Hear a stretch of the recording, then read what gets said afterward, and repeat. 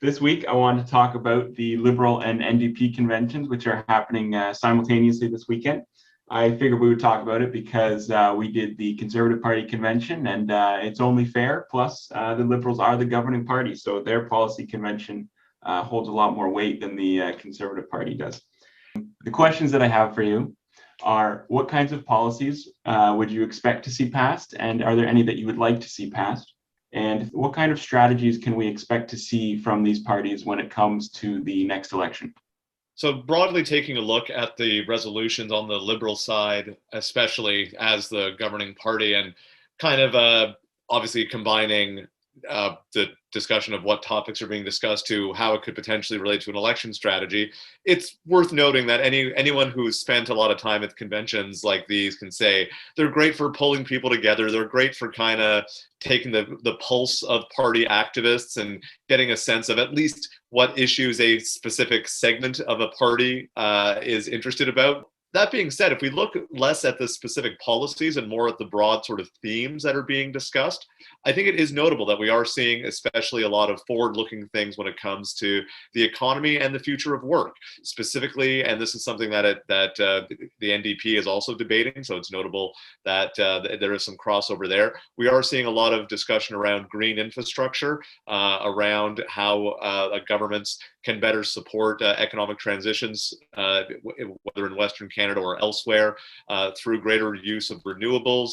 It will be worth noting and interesting to see the resolutions that get debated in this and comparing to see what's in the budget, because that will really, I think, show the difference between the rhetoric and where the money really hits the road. Yeah, at the LPC convention, I think that, like as usual, they have their fast track resolutions that are going to most likely be passed, especially with the basic income. It's especially become an important point now within the pandemic. There's a lot of Canadians that are struggling. Securing food systems would be important too, and attention to affordable rental housing in general and for seniors especially is something that I hope would be passed. I'm wondering if any of you have any thoughts on the NDP's convention, maybe more so specifically how Jagmeet Singh plans to be able to combat the Liberals with going into the next election.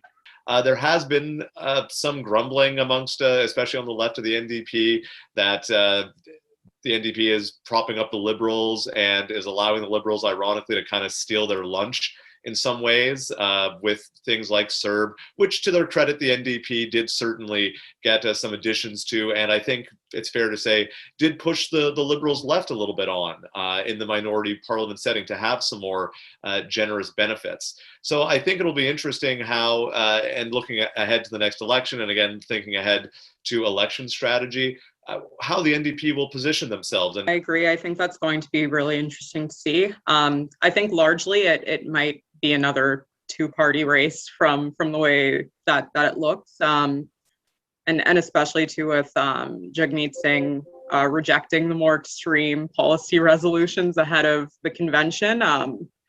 I do think you are likely to see in the budget that's coming and in both parties' election platforms, seeing some investments in green energy and seeing some investments in renewable infrastructure, using it as a bit of a sword issue against the Conservatives. Those of us who are old enough to remember the sort of 2008 campaign of the Conservatives running against the carbon tax and really going hard against Stéphane Dion and saying, oh, this shows the Liberals don't understand the economy and are using their risky, untested plans.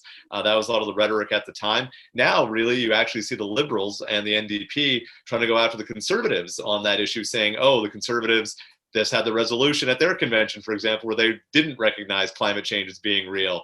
And it's actually the Conservatives now who are the economically risky ones. And they're the ones who don't understand the economy because they're not the ones who are talking about making green investments